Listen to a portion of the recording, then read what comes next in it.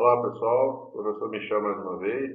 Olha só, aqui nós vamos falar da unidade 7, tá? Da unidade 2, onde a gente vai falar sobre o reino plantae, tá? Ou o reino das plantas, como você preferir. Então olha só, gente, antes de mais nada, né? A gente vai falar aqui, ó, de como que vai funcionar o que define, tá, um indivíduo como planta, tá? O que caracteriza um indivíduo como planta. E, querendo ou não, a gente vai aprender aí, ó, a reconhecer e, querendo ou não, a identificar os principais grupos que nós temos aí dentro das plantas, tá? E que, querendo ou não, a gente vai ver aí como que foi a questão evolutiva das plantas, tá? Porque, querendo ou não, as plantas modernas que a gente conhece hoje, na linha evolutiva delas lá atrás, nós temos um ancestral comum das plantas, que é uma alga verde do ambiente marinho, tá? Ou seja, com o passar do tempo, essa transição ela foi acontecendo, tá? E que nos próximos slides aqui eu vou mostrando isso melhor para você, tá? Então, antes de mais nada, vamos começar, né? Então, olha só. Aqui, ó, né, como a gente já adiantou, nós vamos falar do reino plantae ou metafita, tá? Lembrando que nós estamos falando de termos em latim. E já está mostrando aqui alguns dos representantes mais comuns que nós encontramos aí dentro do reino plantae, tá? Então, olha só, vamos ver aqui algumas características desse grupo, tá? O que que acontece? As plantas são seres pluricelulares eucariontes, tá?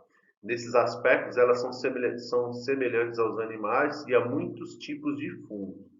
Semelhantes, não são iguais, tá?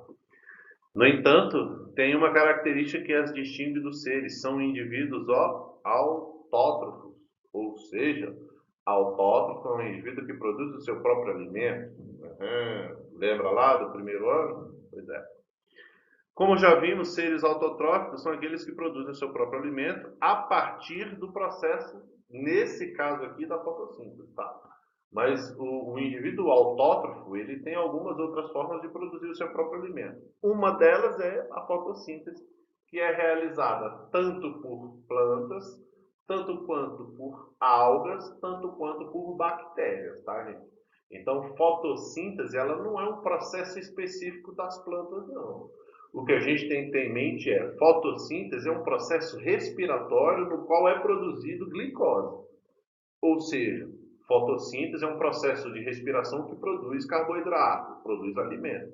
Quem é que realiza isso? Plantas, bactérias e algas. Beleza? Tranquilo? Cuidado para não confundir. Três reinos diferentes: reino plantae, reino protista na figura das algas e reino monera na figura das bactérias, tá, gente? Cuidado e atenção aí. Utilizando a luz, né, ou seja, o calor promovido pela luz, essa luz pode ser através da luz solar, pode ser através da luz artificial ou pode ser através do fogo, tá, gente? A luz, o calor produzido pela chama do fogo, tá? De uma vela, por exemplo, ou até mesmo de uma fogueira. Utilizando a luz, ou seja, a energia luminosa, tá?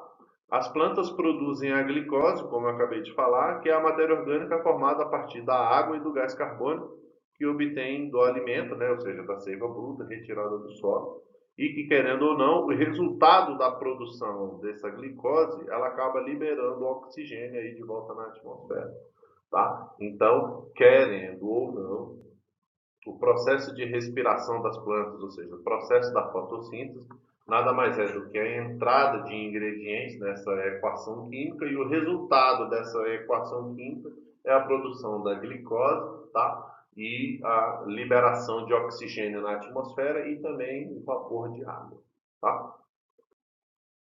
Aqui, ó, aqui nós temos um esquema bem bonitinho de como que funciona isso daí, olha só. Vamos ver o que está trazendo aqui no texto. Ó. Olha só. Segundo a hipótese mais aceita, elas evoluíram a partir de ancestrais protistas, tá? Que de fato é o que a biologia defende. Tá? Provavelmente esses ancestrais seriam dos tipos algas pertencentes ao grupo dos protistas que desenvolveram na água, tá? Que de fato, como eu disse, é o que a biologia defende. Foram observadas semelhanças entre alguns tipos de clorofila existentes, tanto nessas algas marinhas quanto nas plantas terrestres. Ou seja, se a clorofila que existe em uma é a mesma que existe na outra, então ela existe um parentesco evolutivo aí. tá? Aí olha só aqui, ó. As plantas, juntamente com outros fotossintetizantes, né, indivíduos que realizam fotossíntese, são produtores de matéria orgânica que nutre a maioria dos seres vivos da Terra, no caso aí, ó, atuando na base da cadeia alimentar, ou seja, na figura dos produtores, tá? Ao fornecer o gás oxigênio ao ambiente, as plantas também contribuem para a manutenção da vida dos seres que, assim como elas próprias, utilizam esse gás para poder respirar. As plantas conquistaram todos os ambientes da superfície da Terra. Beleza? Gente, olha só, vamos ver o que é a fotossíntese aqui. Ó. Gente, a fotossíntese é um processo muito simples. Os nutrientes que são retirados do solo, como água, sais minerais e o nitrogênio, ele é chamado de seiva bruta. Por que bruta? Porque veio do solo, porque veio das raízes, tá? Essa seiva bruta, ela é direcionada para as folhas. Por que nas folhas? Nas folhas existem o que a gente chama de clorofila, que é um pigmento verde que ele interage com o calor do sol. Então, olha só, essa seiva bruta colocada na folha, essa folha vai superaquecer essa seiva bruta e vai reagir quimicamente com esse calor em cima dessa seiva bruta. E vai transformar essa seiva bruta em seiva elaborada. Essa seiva elaborada é o resultado da fotossíntese. Nessa seiva elaborada, a gente vai ter a figura da glicose, nós vamos ter a figura do oxigênio que já foi liberado pela própria folha no ar, né? Nas folhas existem umas aberturas chamadas de estômatos.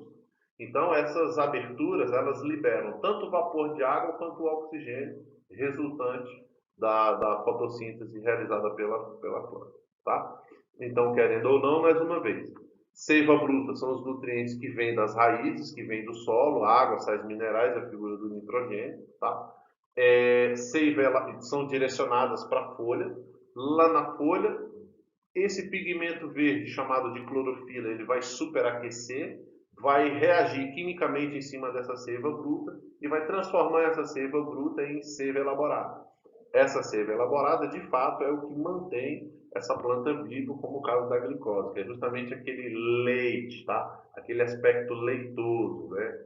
Que muita da gente vê quando arranca ali uma folha, ou quando abre um fruto, não percebe ali a seiva, ou seja, aquela seiva branca ou aquela seiva pegajosa, então é a seiva elaborada. Esse pegajoso é justamente da glicose, do carboidrato resultante aí da formação dessa fotossíntese, tá? E que, querendo ou não, gente, é um processo realizado, como eu disse, pelas plantas, pelas bactérias e pelas algas. Tá, gente? Cuidado para vocês não confundirem.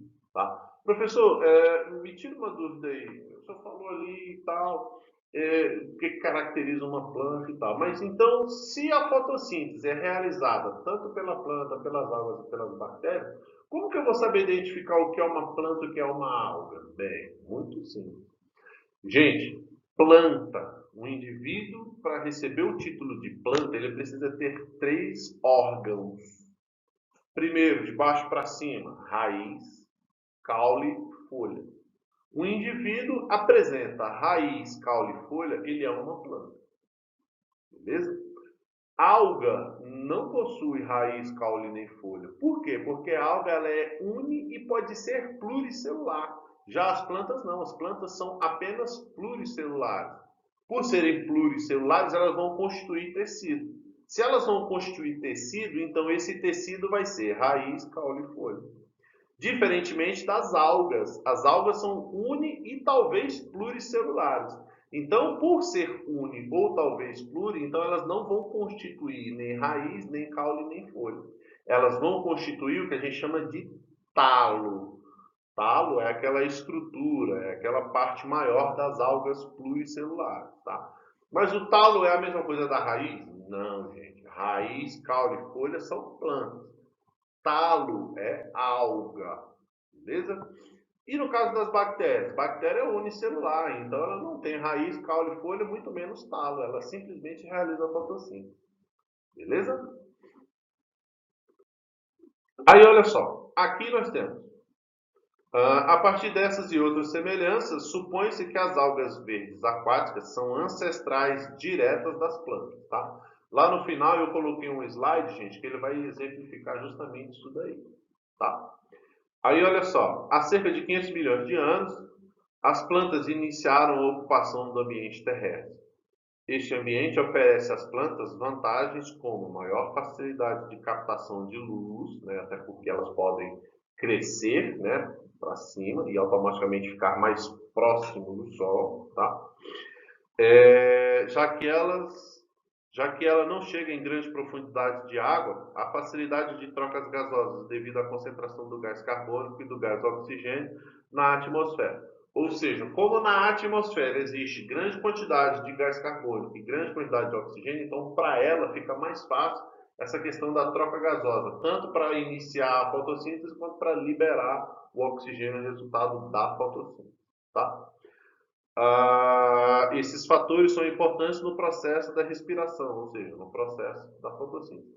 Querendo ou não, todos esses processos, todas essas características são de suma importância, né, para que essa planta ela consiga reproduzir fielmente essa questão da fotossíntese lá na frente e dominando assim o ambiente terrestre. Tá? O que ajudou também ela a dominar o ambiente terrestre foi a questão das raízes, né?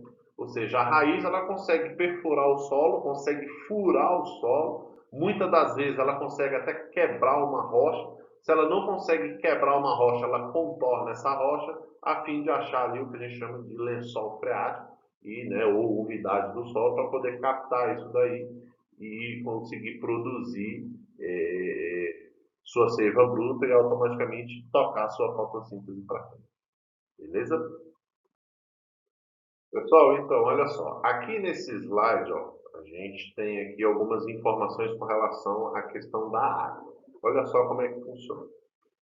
Mas, e quanto à presença da água tão necessária à vida? Bem, uma coisa que a gente precisa ter em mente é que quando a gente fala de questão de água, presença ou a necessidade de água, o que a gente tem que ter em mente é que o indivíduo não precisa viver num banho de água. Ele precisa de acesso a quantidades de água.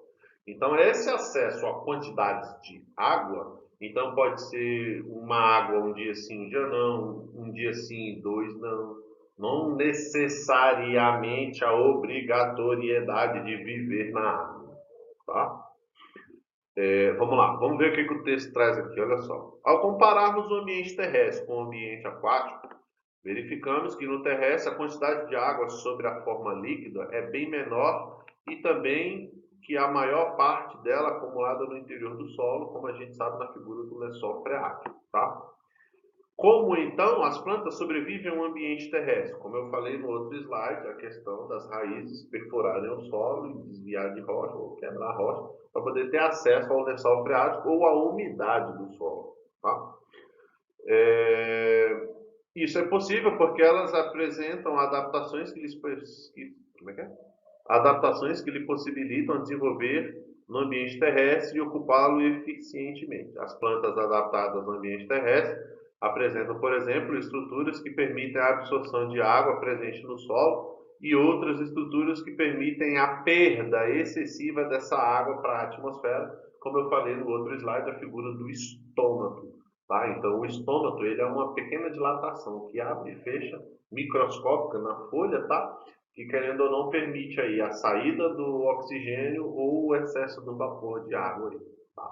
Até porque, como a planta, né, ou o vegetal vive exposto ao sol, então, né, no ambiente, então querendo ou não, o corpo, a estrutura desse indivíduo é muito quente, então ele perde muita água apenas por estar vivo, tá?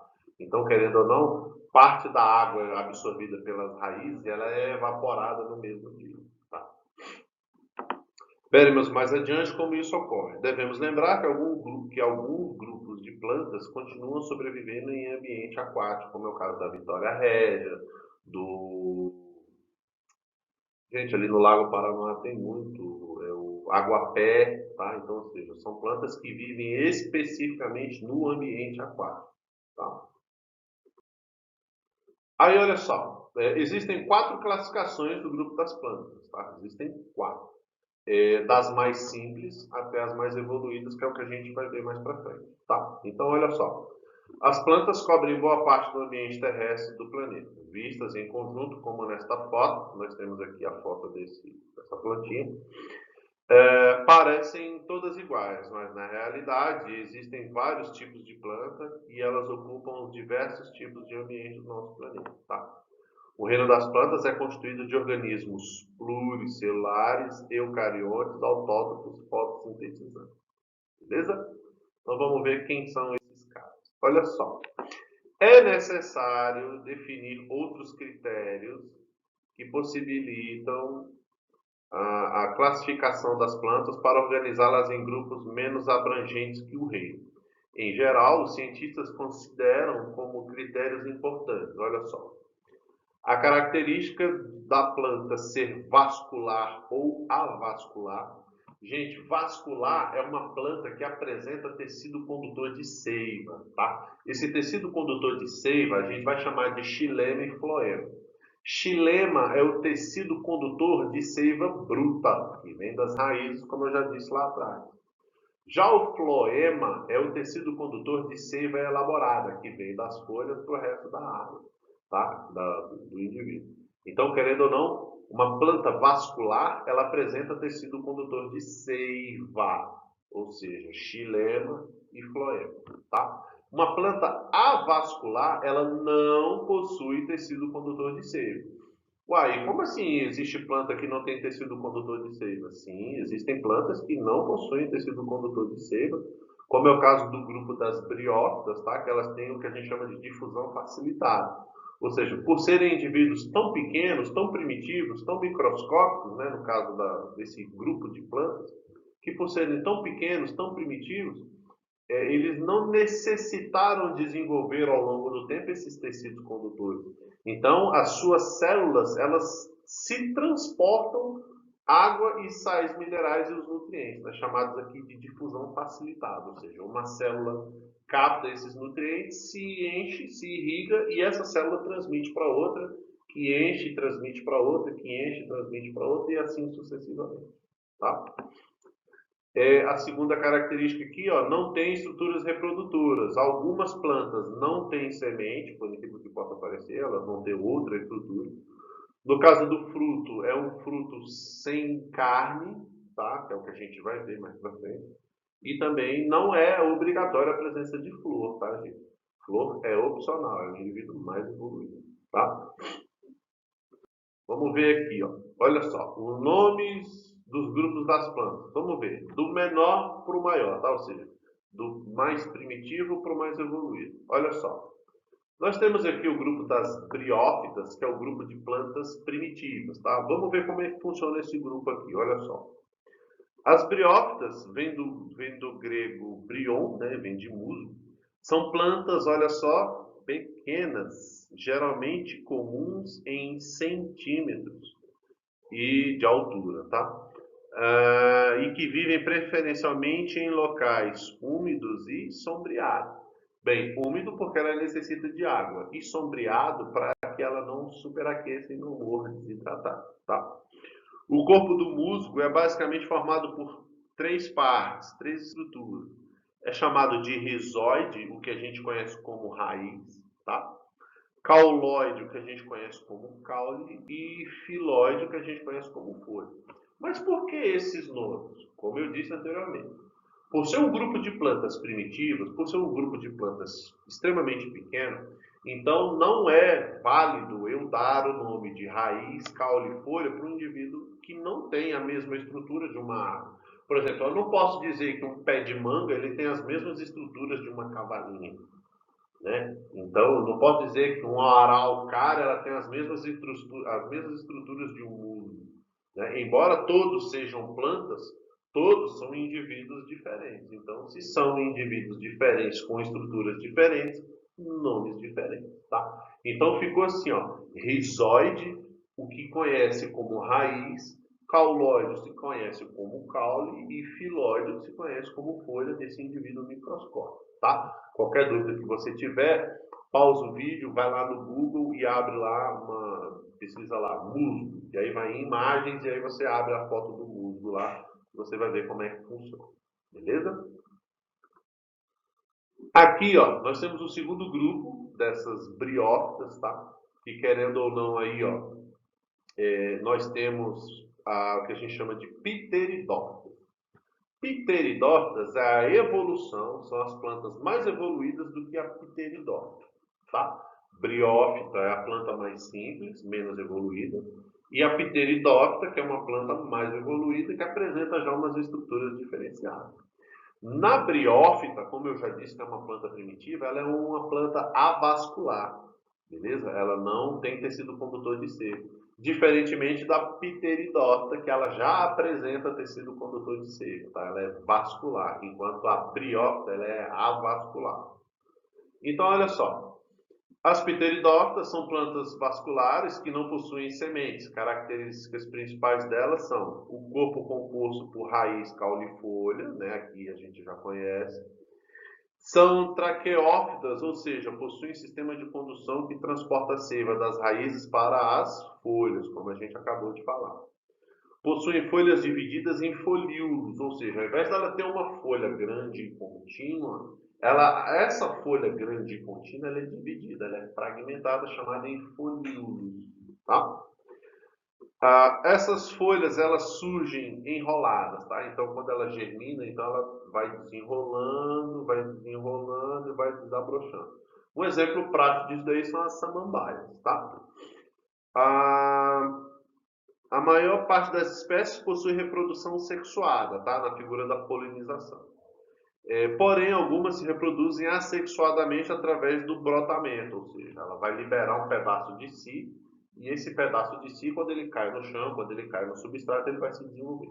Vocês já devem ter percebido que ali no fundo da folha da samambaia tem aqueles esporos, aqueles pontinhos pretos. Então, aquele pontinho preto ali são os esporos da samambaia, são os gametas reprodutivos.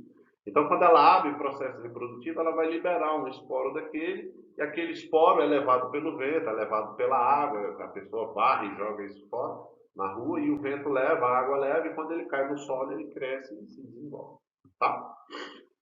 O sistema de transporte de seiva possibilita a sustentação da planta, ou seja, por ela ter esse sistema e esse sistema está cheio de seiva, então permite com que essa folha ela consiga ficar ereta para cima. Tá? Possuem capacidade de se desenvolverem sobre tronco de árvores, ou seja, ela consegue tanto por si só desenvolver no ambiente, mas ela consegue também utilizar o que a gente chama de inclinismo, né, que é quando uma planta ela se apoia no tronco de outra para poder crescer, para poder captar luz. Tá? Mas o fato dela ser inquilina de outra árvore, ela não vai prejudicar a outra árvore. Ou seja, ela só vai se beneficiar sem prejudicar a outra planta por questões de altitude para captar mais luminosidade. Tá? Possuem caule chamado de rizoma, tá? Porque ele se desenvolve rente ao chão, rente ao solo, muito parecido com uma raiz, como eu disse. Pelo caule se desenvolver próximo ao chão, então ele é chamado aí, no caso, de rizoma, tá? Um exemplo desse rizoma é o que a gente chama de xaxim. Não tem um xaxim que é utilizado para, né, criar as plantas, esse tipo de planta? Então, o xaxim, ele é o rizoma da samambaia. Hoje é proibido a utilização do xaxim, porque o xaxim tem a questão do desmatamento. Se o xaxim é o caule da samambaia, então por que eu vou utilizar o xaxim como comércio, como produto? Tá? Então, ou seja, eu vou matar uma planta para usar isso como produto? Então, hoje no Brasil é proibida a utilização de xaxim, tá, gente? Os xaxins modernos hoje são feitos aí de palha de coco, raspa de bananeira, ou seja, são matérias que não necessitam matar a planta para poder criar outra, tá? Aí nós temos como exemplos aí, ó, os representantes, as avencas, as samambaias, o xaxim, como eu disse, o xaxim, ele é o caule da samambaia, tá, gente? Ele colocou como se fosse separado aqui, mas o xaxim, ele é parte da samambaia, tá? E nós temos a figura da cavalinha, beleza? Aqui, ó, nós temos o terceiro grupo mais evoluído das plantas, que aqui a gente vai chamar de gimnosperma, tá? Ou seja, briófita, pteridófita e as gimnospermas, tá? Quem são as gimnospermas? Olha só, gimnosperma vem do grego ginos, tá? que significa semente. E olha só, as gimnospermas são plantas terrestres que vivem preferencialmente em ambientes de clima frio e temperado. Desse grupo inclui-se plantas como os pinheiros, as sequoias, os ciprestes, as araucárias, tá? As gimnospermas possuem raiz caulifolha, tá? Como toda planta. Possuem também ramos reprodutivos com folhas modificadas chamadas de estróbilos, que são justamente essas folhas maiores que a gente vê aqui, ó. Em muitas gimnospermas, como os pinheiros e as sequoias, os estróbilos são bem desenvolvidos e conhecidos como cones, tá? Ou seja, em geral, quando a gente observa uma araucária, sempre ela é grande, de baixo para cima, ou seja, as menores folhas elas estão lá em cima, tá? Então aqui, as maiores aqui, ó, as maiores estão embaixo, certo? E as menores estão lá em cima, formando esse aspecto aqui, ó, de cone, tá? A produção de sementes, ela se origina nos estróbilos, tá? Como a gente falou, preferencialmente nos estróbilos femininos. No entanto, essa semente ela não apresenta o que? Fruto. Ou seja, essa semente é o que a gente chama de semente nua. Ou seja, é uma semente que não possui o fruto cavernoso. Tá? É uma semente que ela por si só, quando cai no solo, ela vai desenvolver em outro indivíduo. Tá? Nesse caso aqui, gente, araucária, pinheiro, sequoia e essas outras árvores desse grupo de gimnospermas, elas produzem essa semente nua, ou seja, sem o fruto, sem o corpo cavernoso do fruto. Querendo ou não, essa semente ela serve de alimento para os roedores. Tá? Nós temos a cutia, por exemplo, que é um roedor da Mata Atlântica aqui no Brasil, e a cutia ela se alimenta roendo essa semente. E quando ela termina de roer, ou quando ela guarda essa semente para ela roer depois, muitas das vezes ela esquece de onde ela guardou. E como que ela guarda? Enterrando. Olha só como que a relação desses animais, desses indivíduos com os animais, ela é engraçada. A sequoia libera essa semente no chão, ela cai no chão. Um roedor, quando ele não se alimenta disso daí, ele vai guardar isso daí para depois. E aí enterra. Só que como ele enterra, ele não sabe, ele não lembra onde ele guardou. Pode acontecer dele achar e pode acontecer dele não achar. E se ele não achar, não está enterrado? Olha só, o camarada pegou uma semente e enterrou. O que acontece? A planta se desenvolve. Tá? E aqui nós temos o último grande grupo das plantas, que já é chamado de angiosperma. Nas angiospermas, a gente já tem uma grande diferenciação e, querendo ou não, é o que a gente conhece como as plantas modernas hoje, tá? Então, as angiospermas são aquelas plantas que desenvolvem flor e fruto com semente, tá? Então, olha só, atualmente são conhecidas aproximadamente 350 mil espécies de plantas. Desse total, 250 mil são angiospermas. Agora, representante de cada espécie, aí a quantidade é incalculável, tá? A palavra angiosperma vem do grego angeios, né, que significa bolsa, e esperma significa semente, ou seja, semente na bolsa, ou seja, semente dentro de um fruto, como é o caso aqui do maracujá que a gente está vendo aqui, ó. Beleza? Aí olha só, essas plantas representam o grupo mais variado e numeroso de espécies entre os componentes do reino plantae ou metafísico. Por exemplo, eles apresentam flores e frutos, tá? Como eu acabei de falar. As angiospermas produzem raiz, caule, folha e a figura da flor, tá? A semente tem a figura do fruto cavernoso, tá? Para chamar o polinizador, porque olha só, a planta, apesar de ser um indivíduo que muita gente não dá credibilidade para ele, mas olha só que indivíduo curioso. Como a gente viu, a planta ela veio de um processo evolutivo, né? Então ela veio de um processo evolutivo que permitiu com que esse indivíduo que fosse microscópico, ele se desenvolvesse para um indivíduo macroscópico, né? E esse indivíduo macroscópico ele passasse a produzir pigmentos para produzir um fruto colorido, conseguiu produzir pigmentos aromatizantes para que, além desse fruto colorido, seja cheiroso, seja atrativo. E, querendo ou não, esse indivíduo, através da fotossíntese, produzindo glicose, que é um carboidrato, acontece aí a questão de deixar esse fruto colorido e cheiroso, doce e gostoso. E, querendo ou não, acaba que esse fruto ele vai servir como moeda de troca para um polinizador, para um macaco, para uma ave. Quando esse macaco e essa ave vier para poder comer esse fruto, automaticamente vai levar essa semente, vai espalhar esse indivíduo para todos os lados que aquele animal for. Então, querendo ou não, esse descrédito que as plantas têm por parte da sociedade, elas mostram aí que elas são bem mais inteligentes do que a gente imagina, tá? Aí aqui, gente, olha só, eu coloquei esse slide aqui, ó, para vocês verem aí a questão da evolução das plantas, tá? Então, olha só, lá atrás, ó, houve um ancestral comum, tá? No caso aí das algas verdes, tá?